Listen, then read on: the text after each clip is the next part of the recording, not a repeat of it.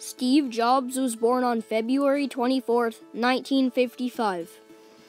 Steve attended a school called Crittenden Middle School. The city that he was living in was a poor city, and so there was a lot of bullies.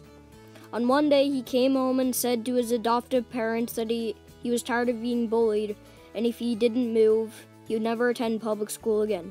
His adoptive parents agreed, and they moved. The move was successful, and he would be able to attend Cupertino Middle School. Later on, he joined the Hewlett-Packard Explorer Club, where he saw his first computer. He was impressed by the computer and knew he wanted to work with computers. He went to Cupertino Middle School, but then he transferred to Homestead High School.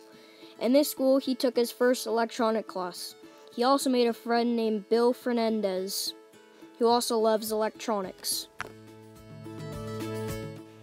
In the early years of Steve Jobs' education, he started attending after-school lectures about computers at Hewlett-Packard Company in Palo Alto. He loved computers that much, but later on, the Hewlett-Packard Company went on and hired Steve. When Steve graduated Homestead High School, he went on to attend Reed College in Portland, Oregon. He never did graduate from Reed College in Portland because he dropped out the first semester. Here's a quote why he left. After 6 months, I couldn't see the value in it. I had no idea what I wanted to do with my life and no idea how college was going to help me figure it out. And here I was spending all of the money my parents have saved their entire life.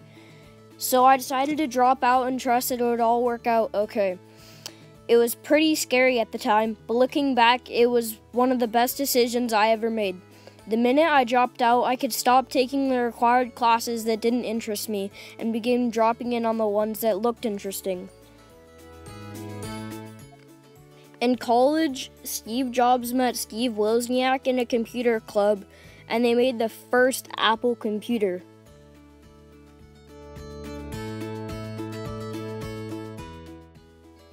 Next year, in 1977, with the Apple II computer, it was fully assembled with a cool case. The next thing he made was a Macintosh in 1984.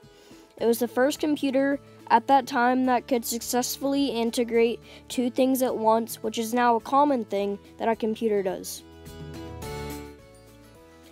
Jobs made many other things in his time, but when he announced that he was making an iPhone, he hit it big. What the iPhone came with was a widescreen iPod with touch controls, a revolutionary mobile phone, and a breakthrough internet communications device. An iPod, a phone, and an internet communicator. Of course, it was all three of those things in one, the iPhone. It's a device everyone wanted Apple to create, even though most of us weren't sure how it was going to fit into our lives once it got here. But Jobs got sentimental when showing off the first iPad in 2010. He said it was culmination of years of work. Steve Jobs spent nearly his entire life designing new technology, which was his passion.